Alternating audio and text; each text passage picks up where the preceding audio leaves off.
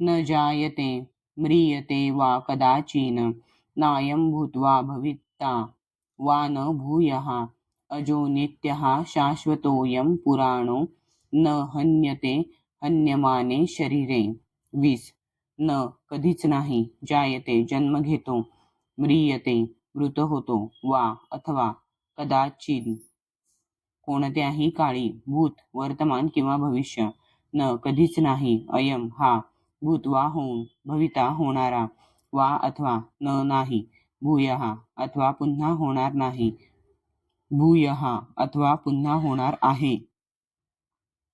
अजहा अजन्मा, नित्यः शाश्वत, शाश्वतः स्थायी, अयम हा, पुराणः सर्वात प्राचीन किंवा पुरातन, न कधीच नाही, हन्यते मारला जातो, हन्यमाने मारले गेल्यावरही, शरीरे शरीराचा कोणत्याही काळी, आत्म्यासाठी जन्मही नाही आणि मृत्यूही नाही. त्याचा जन्म झाला होता असेही नाही, त्याचा जन्म होतो असेही नाही आणि त्याचा जन्म होणार आहे असेही नाही.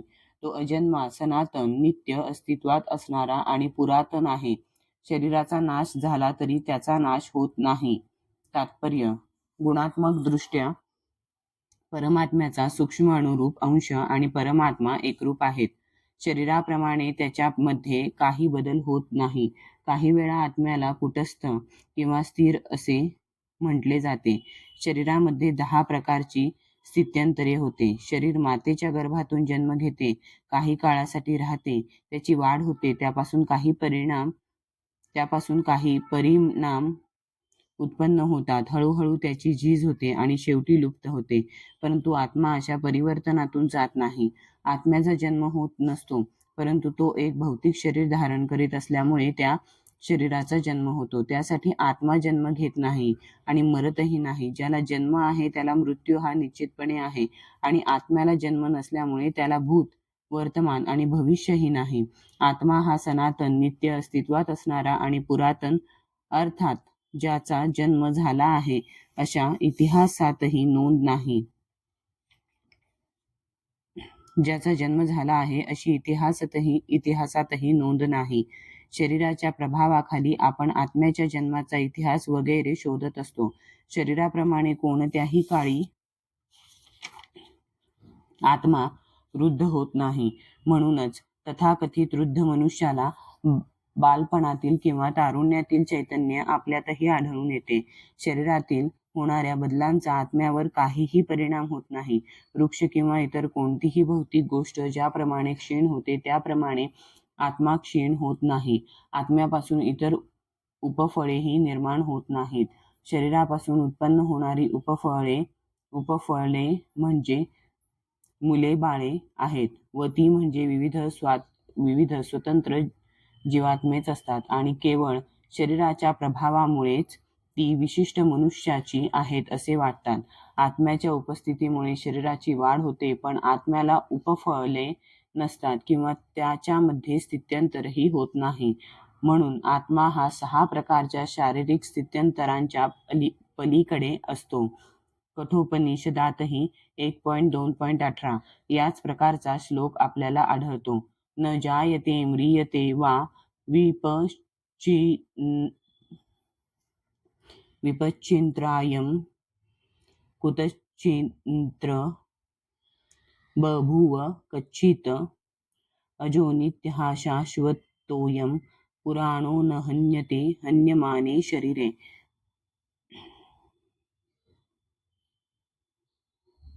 या श्लोकाचा अर्थ आणि आशय हा भगवद्गीतेत असणाऱ्या श्लोकाप्रमाणेच आहे, पण या श्लोकामध्ये एक विपच्चित हा एक विशिष्ट शब्द आहे. त्याचा अर्थ विद्वान किंवा ज्ञानमय असा होतो. आत्मा हा पूर्ण ज्ञानमय आणि नित्य पूर्ण चेतनेने युक्त असतो. म्हणून चेतना हे आत्म्याचे लक्षण आहे. हृदयस्थ आत्म्याला जरी कोणी शोधू शकत नसला तरी तो आत्म्याची उपस्थिती केवळ चेतनेच्या उपस्थितीवरूनही जाणू शकतो.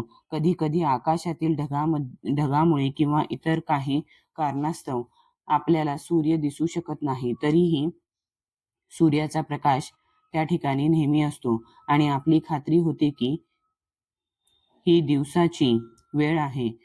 अगदी पहाटे थोडासा प्रकाश जरी असला अगदी पहाटे थोडासा प्रकाश जरी आकाशात दिसला तरी सूर्य आकाशात आहे असे आपण समजू शकतो.